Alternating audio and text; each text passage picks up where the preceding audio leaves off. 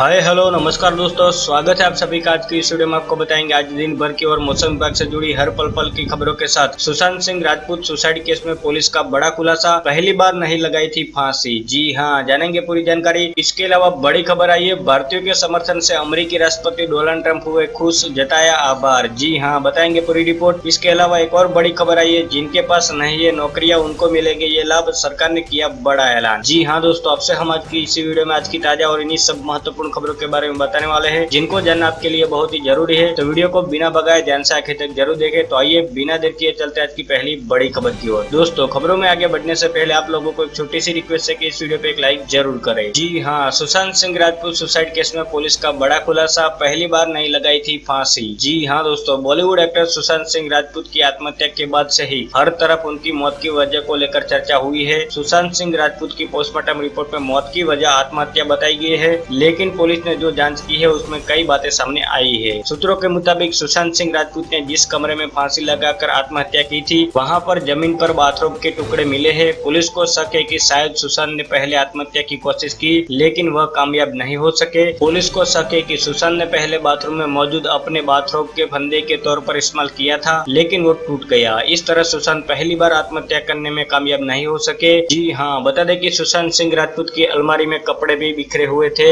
लिहाजा पुलिस को शक है कि बाथरूम के टूट जाने के बाद उन्होंने अपनी अलमारी को खंगाला और उसमें से हरे रंग के कुर्तों को निकाला, जिसे फंदा बनाकर सुशांत ने आत्महत्या की थी। सूत्रों के मुताबिक जब पुलिस सुशांत के घर पहुंची, उस वक्त उनकी बहन और कमरे में मौजूद लोगों ने उससे हरे कुर्ते को काटकर सुशांत की बॉडी को नीचे उतार लिया था। बता दें कि पुलिस ने इस हरे रंग के कुर्ते को फिलहाल फॉरेंसिक लैब में भेजा गया है, ताकि इस चीज का पता लगाया जा सके कि इस कुर्ते के किसी एक व्यक्ति का वजन उठा सकने की क्षमता रखता है या नहीं। अगली बड़ी खबर है, सरकार ने कोरोना के इलाज के लिए डेक्सामेथासोन के इस्तेमाल को दी मंजूरी। जी हाँ, केंद्र सरकार ने कोरोना वायरस के इलाज के लिए डेक्सामेथासोन के इस्तेमाल को मंजूरी दे दी है। इसको लेकर केंद्रीय स्वास्थ्य मंत्रालय ने रिवाइंड क्लिनिकल मैनेजमेंट प्रोटोकॉल जारी कर दिया है। अब कोरोना वायरस के हल्के गंभीर से लेकर अधिक गंभीर मामले के विकल्प के रूप में डेक्सामेथासोन का प्रयोग किया जा सकेगा। बता दें कि WHO ने डेक्सामेथासोन का उत्पादन तेजी से बढ़ाने को कहा है। दरअसल हाल ही में ब्रिटेन के विशेषज्ञों ने दावा किया था कि दुनिया भर में सस्ती और आसानी से मिलने वाली दवा डेक्सामेथासोन कोरोना के गंभीर मरीजों के इलाज में फायदेमंद है। अगली बड़ी खबर आपको बताएंगे, भारतीयों के समर्थन से अमेरिकी राष्ट्रपति डोनाल्ड ट्रंप हुए गदगद, जताया आभार। जी हाँ, अमेरिका में इस साल होने वाले चुनाव पर अमेरिकी राष्ट्रपति डोनाल्ड ट्रंप ने भारतीय और भारतीय मूल के अमेरिकी लोगों से मिले भारी समर्थन पर आभार जताया। एक सर्वे के मुताबिक अमेरिकी राष्ट्रपति के लिए नवंबर में होने जा रहे चुनाव में अमेरिका में रह रहे 50% से ज्यादा भारतीयों ने डोनाल्ड ट्रंप का समर्थन किया है। बता दें कि व्हाइट हाउस ने एक सर्वे का हवाला देते हुए बताया कि राष्ट्रपति डोनाल्ड ट्रंप ने भारतीय और भारतीय मूल के अमेरिकी लोगों से मिले भारी समर्थन पर आभार जताया था। व्हाइट हाउस की डेप्टी प्रेस सचिव सारा मैथ्यूज ने एक हालिया सर्वेक्षण परिणामों पर एक सवाल का जवाब देते हुए कहा कि भारतीय अमेरिकी जो परंपरागत रूप से डेमोक्रेटिक पार्टी को वोट देते हैं,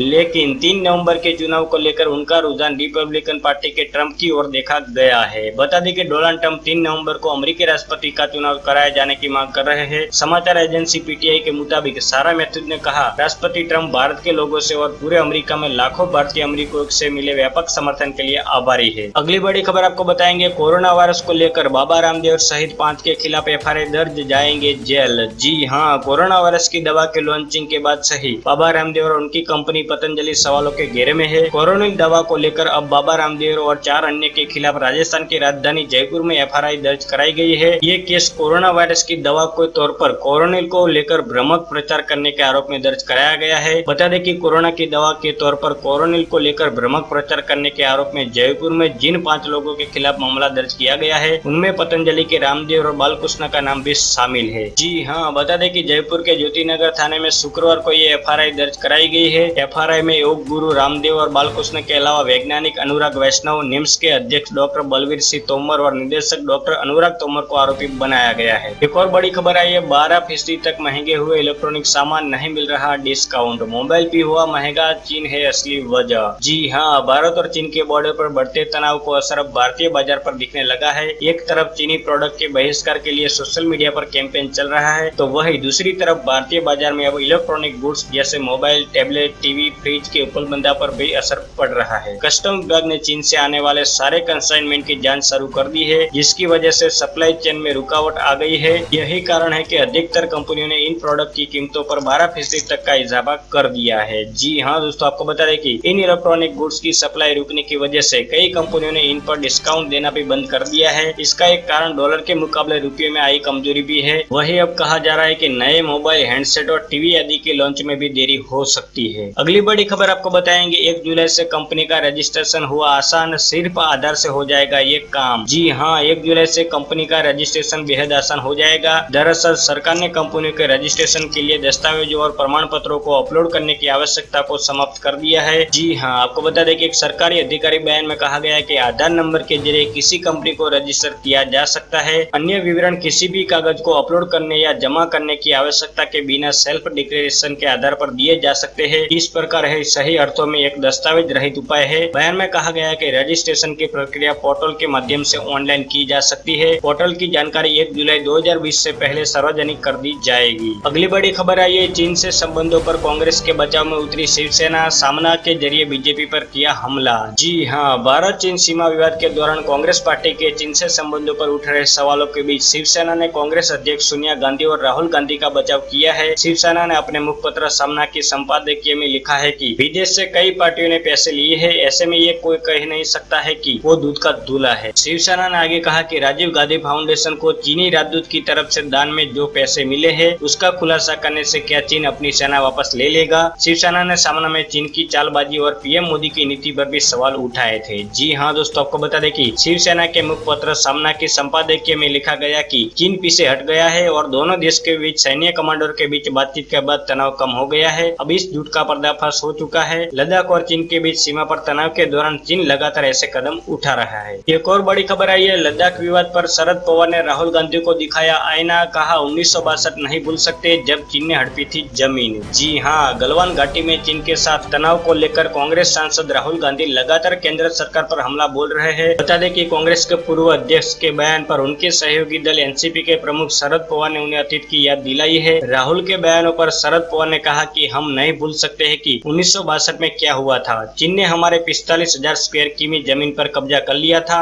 वर्तमान में मुझे नहीं पता कि चीन ने जमीन ली है या नहीं, मगर इस पर बात करते वक्त हमें इतिहास याद रखना चाहिए। राष्ट्रीय सुरक्षा को लेकर राजनीति नहीं करनी चाहिए। जी हाँ दोस्तों, आपको बता दें कि शरद पवार ने आगे ये भी कहा कि लद्दाख में गलवान घाटी की घटना को रक्षा मंत्री की नाकामी बताने में जल्दबाजी नहीं की जा सकती, क्योंकि हमले के दौरान भारतीय सैनिक चौकन्ने थे। पत्रकारों से बातचीत में पूर्व केंद्रीय मंत्री ने कहा कि यह पूरा प्रकरण संवेदनशील प्रकृति का है। गलवान घाटी में चीन ने उकसावे वाला रुख अपनाया था। शरद पवार ने कहा कि चीनी सैनिकों ने हमारी सड़क पर अतिक्रमण करने की कोशिश की और धक्का मुक्की की थी, यही किसी की नाकामी नहीं है। अगर गश्त करने के दौरान कोई आपके क्षेत्र में आता है तो वही किसी भी समय आ सकते हैं। हम ये नहीं कह सकते हैं कि यह दिल्ली में बैठे रक्षा मंत्री की नाकामी है। राहुल गांधी द्वारा लगाए गए एक आरोप पर जवाब देते हुए पवार ने कहा कि यह कोई नहीं भूल सकता है कि दोनों देशों के बीच 1962 के युद्ध के बाद चीन ने भारत की करीब 45,000 वर्ग किलोमीटर की जमीन पर कब्जा कर लिया था। अगली बड़ी खबर आपको बताएंगे, राहुल गांधी ने अब कोरोना वायरस पर सरकार को घेरा, कहा पीएम खामोश से सरेंडर कर दिया। जी हाँ, कांग्रेस के पूर्व अध्यक्ष राहुल गांधी लगातार मोदी सरकार पर सवाल खड़े कर रहे हैं। लद्दाख की गलवान घाटी में चीन से हिंसक झड़प में 20 भारतीय सैनिकों की शहादत पर प्रधानमंत्री नरेंद्र मोदी से लगातार जवाब मांगे जाने के बाद आज उन्होंने कोरोना वायरस संक्रमण के मामले पर सवाल खड़ा किया है। राहुल गांधी ने कहा कि केंद्र सरकार के पास कोरोना से निपटने के लिए कोई योजना नहीं है। जी हाँ दोस्तों, आपको बता दें कि राहुल गांधी ने ट्वीट किया कि कोरोना वायरस देश के नए हिस्सों में तेजी से फैल रहा है। भारत सरकार के पास इससे निपटने का कोई प्लान नहीं है। प्रधानमंत्री खामोश है। उन्होंने महामारी के सामने आत्मसमर्पण और इससे निपटने से इनकार कर दिया है।